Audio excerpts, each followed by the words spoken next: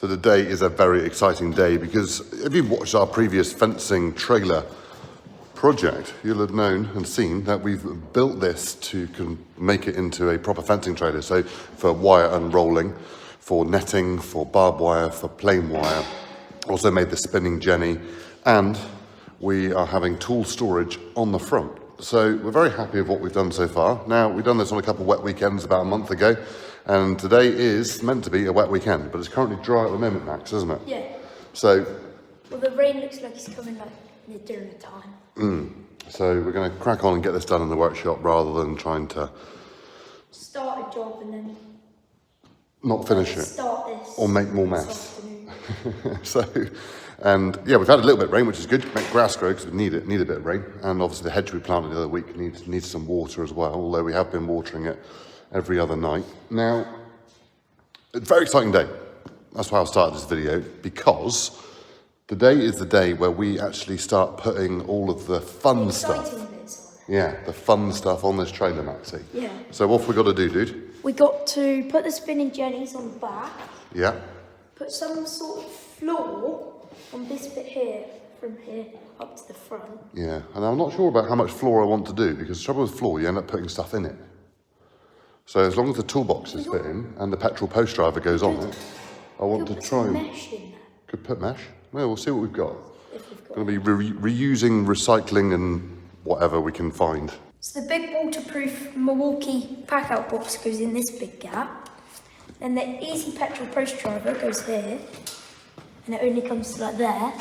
Then on this little front bit here, we're going to have like a box to put like little bits of wire in and stuff to reduce punches. Yeah, and then the spinning jennies on the back. Yep. And Max has got a brand new tool here in the box, Maxie, haven't you? Yep. As you know, we work with Milwaukee very lots. That doesn't make any good English. A lot. A lot. We work with Milwaukee a lot. And that's a brand new tool. Now, we can't actually show you on this video what that is, because it's a brand new tool which has not been released yet. And Milwaukee need to check the footage, and it's the weekend. So that will be coming on Machinery Nation when we review that properly. But today, I'll give you a clue. We're going to cut out the infills for the inside of the arches for there. Block this gap.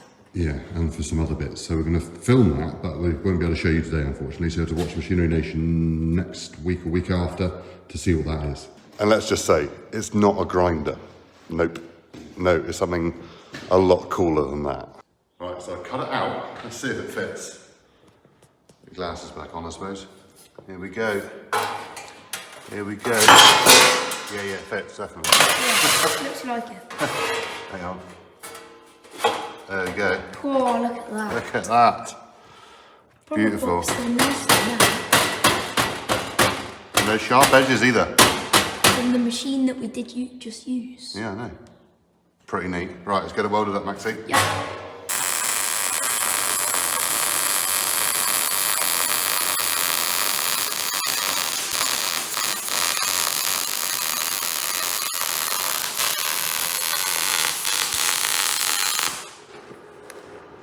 How's it looking, mate? Not bad. That is pretty neat, isn't it? That bit's there the worst, and that bit's the best. Yeah, very good though. And this side, nice. I cannot weld thin metal like that myself, dude. Not a chance. That's 1.5 mil steel, that is. And the weld is on 1.2. Weld is on 1.2, yeah. There you go, little Lincoln Electric doing the job. You're doing a cracking job there, Maxie. It's not bad. Very good welding, dude. Very good welding. Better than I'd have done. So now for the exciting bit, the spinning jenny mount. Now we're mounting this vertically, one to save space, two so we can leave it on there and also have the netting on there at the same time. Now that creates an extra problem with regards to strength. Obviously if this was down flat, it would have a lot less pressure on it than it would be vertically. So we're going to try and mount this with being able to keep the strength as well and have it vertical. So what we're going to do is have this piece of 50 by 50 box welded in down there, up through here, and then we're going to drill a hole through there, cut it off there, put a pin into the jenny itself, and then the pin will come through the hole. Now we've got this bush here which we're going to cut in half, because we haven't actually got a drill bit big enough to cut a hole in there for the bush to go inside. So we're going to put a bush on the outside, both sides, hopefully still leaving enough room for the pin to be welded on through a hole in here. And then it fits in, clips in, and then we'll use this steel here to brace it. From the top. Yeah, from the top there, down there. Right down to the end. And then same again on this side, which will, create more strength. But the hole will be down lower than where the brace is, hopefully giving it even more strength again. I think that makes sense, Max, doesn't it? Yep. Well, it'll probably make sense once we show people what we've actually built. Yeah. So let's just cut to that. do that bit. Now we would use our beautiful mag drill bits we've got here. Look at those beauties, never been used, brand new. Simply because I don't have a mag drill. Now Milwaukee sent me these beautiful mag drill bits, which are amazing, but they didn't send me a mag drill. And I've asked them a couple times, hopefully one day they'll send me a mag drill, or I'll just have to buy a plug-in one at some point. But I don't want to do that. I want the Milwaukee battery-powered one. Doesn't. I know. Well, no matter how many tools you've got, you always need more, don't you, Maxie? Yeah. Right, let's drill it the old-fashioned way with a HSS drill bit. I hear we've got a new plan. We do have a new plan because I found a little stub axle off of an old ride-on lawnmower which has got a keyway in it. We don't need the keyway, but my thoughts are, now it's going to make it a little bit heavier, but it is what it is. Now that's going to go onto there and bolt on there. We can knock out these studs and just put in longer bolts, that's not a problem. And then we'll have balance. The longer pin will go through this here and be welded in, so that's solid. So the nice thing about this is there's not going to be anything spinning inside the box iron. So that will go through there. We'll cut a little bit off the end of the stub axle, so that then goes through. So it's a perfect size, and then that will actually spin on there. If it doesn't fall off. I can hold it. That'll actually spin on there. Obviously that's not even greased yet, so everything should be fine. I'll actually drill a hole in there and put a grease nipple in it as well, so you can keep it greased. And hopefully it should all be nice and free spinning. That's the plan anyway, so we're going to go with that.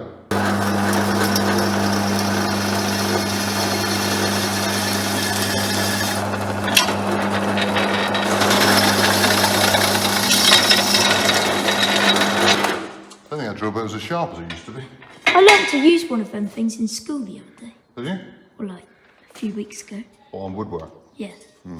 But it's theoretically woodwork. Well, I don't know what you'd call a difference between a metal one and a woodwork one, but that's... Probably the speed and the torque of the motor. Yeah, record power is generally woodworking equipment, but it's cut a straight hole. Look at that little bit on the end there, look.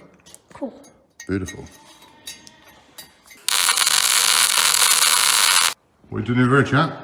Tapping me off from my grease nipple. For your grease nipple? Let's have a looky, do. Oh, you've already drilled your hole? Yeah. Now I'm tapping it. Oh, there's your grease nipple, look. Yeah. Nice. With the kiwi in it, it's perfect. Oh, the keyway? Yeah. Yeah. In there. Yeah. So we tapped it, or I've drilled it into it. Goes into the keyway. So it's got somewhere for the grease to sit. Oh, that's a So good it idea. like fills that channel up and slowly goes onto the... Yeah, that was a good idea of yours, dude. I like it. Right, that's right, keep going, keep screw it until you can't screw it no more, then back, and then do it again. Lovely jubbly. Right, so now we've got a hub, stick our pin in, got the hole cut in that one already. Just got to drill 4 holes in there to put 4 bolts in. And hopefully we can assemble, Maxie. Yes. I think it's time to slide this on. Slide it on. So before we do that in a second, Max has welded the pin in there. Look, if I move that washer out of the way, that's only temporary for now. He's welded that in there, both sides. Look at the welding, well happy. Welded that down the bottom. Now we've gone a bit big welds down there. Overkill. So overkill.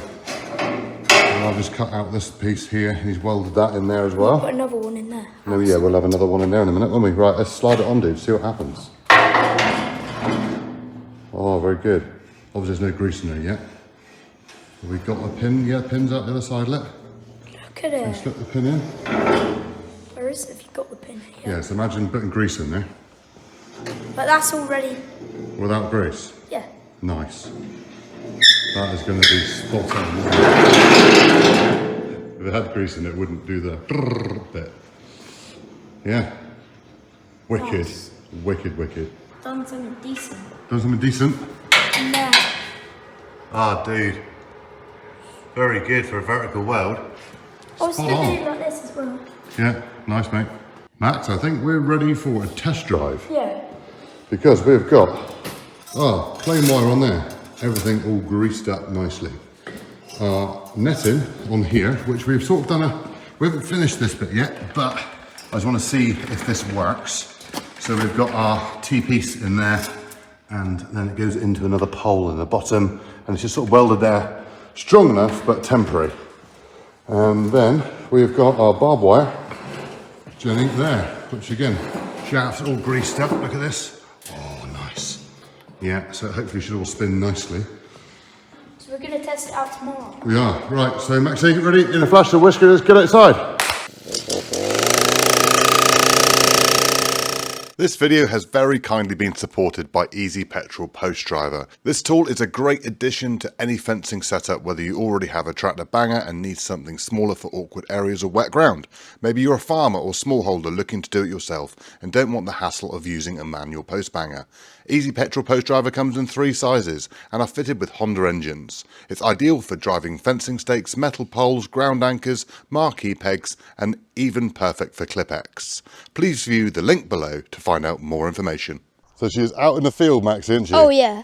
So here she is, right? So this morning we have done our struts top and bottom. Now we have only got like a 30-metre stretch to do. If that. The unfortunate news is that the plain wire is already there because we've already banged the stakes in using the Easy Petrol Post Driver to put these in. So the plain wire is there. So we won't be testing that one today. Obviously it's not pulled up tight yet.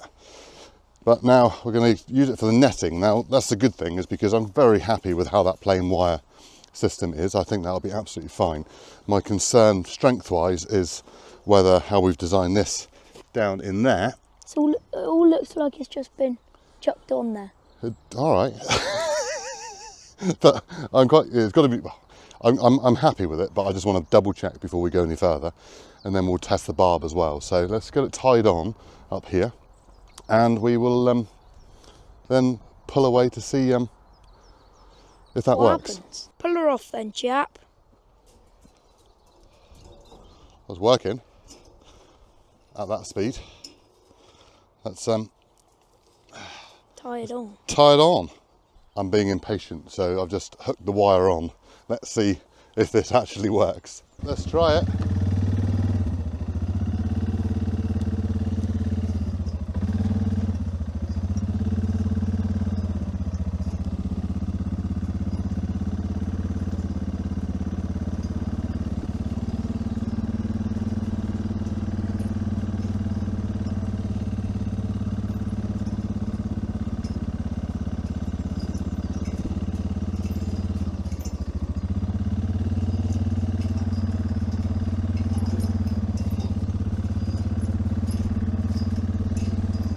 Would you look at that, eh?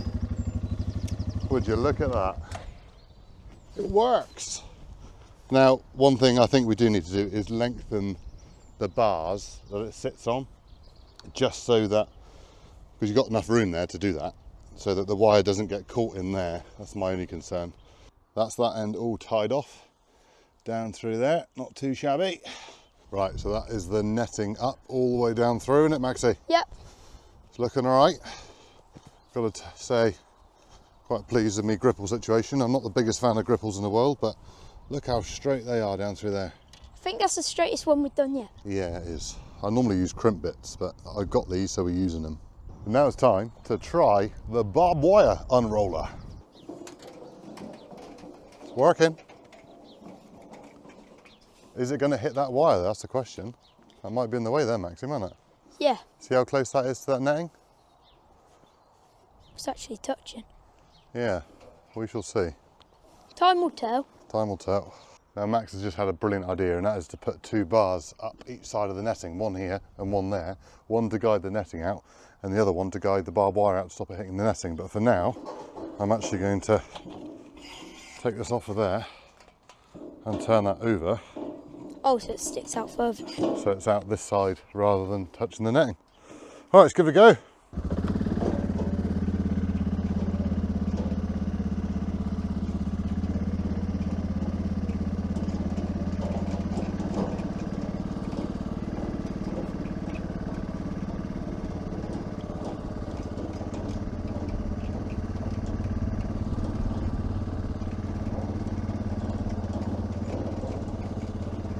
This one works a treat. It does. Absolute winner. Well, seems like we got a pretty good invention there, Maxie. Yeah, it's not bad. Well, I say invention, it's not exactly reinventing the wheel, is it? But I think we're very happy with the wire plane spinning, Jenny, aren't we? We're very happy that that's going to But you'll have to work. watch the video when we do the next fence. Yeah, which is probably down through there, isn't it, to split this field up. Where we test that one. Yeah.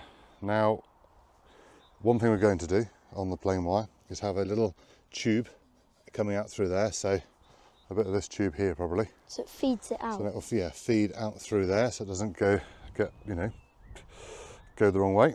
I'm going to cut a round disc for that wire to sit on. So I was thinking about this just now, so make another one of them up coming out here, but for it to sit on a flat disc, so there's nothing for that netting to get caught on. Now this down here does look a little bit Heath Robinson, but it just needs another box underneath just to support it at the front, but I'm very happy with that. Once it's painted and we've got all the rubber stops on the ends all the way around to tidy everything up, I think that'll be fine. And then, as Max said, we'll put a bar up through there and up through there for that netting to feed out through, and so the barb doesn't touch the netting when we're going up through there. But the barbed wire one works a treat. Yeah, it works fine. It does well. The netting one works right as well, doesn't it? It just needs a little bit of adaptation, as I'd expected anyway. And then we've got obviously the toolboxes, easy petrol post driver, and the tool carrier on the front to build yet as well, Max. We've already found somewhere to put the iron bar. Yeah, that's gone in there, isn't it? There we go. So no, cool. So there we go. Let us know what your thoughts are in the comments, and if you've got any other ideas you think we've missed or should add to it. And yeah, high five to Max's welding. It's held up. It's held up so far, and which I don't think it won't. Painting and all the other adaptions on it in another video, and we'll probably do that maybe off camera, maybe on camera, I don't know. Let us know if you want to see it more on camera, or it'll be all finished and done for when we fence down through there. Anyway, thank you very much for watching. See you in the next one. Bye. Cheerio.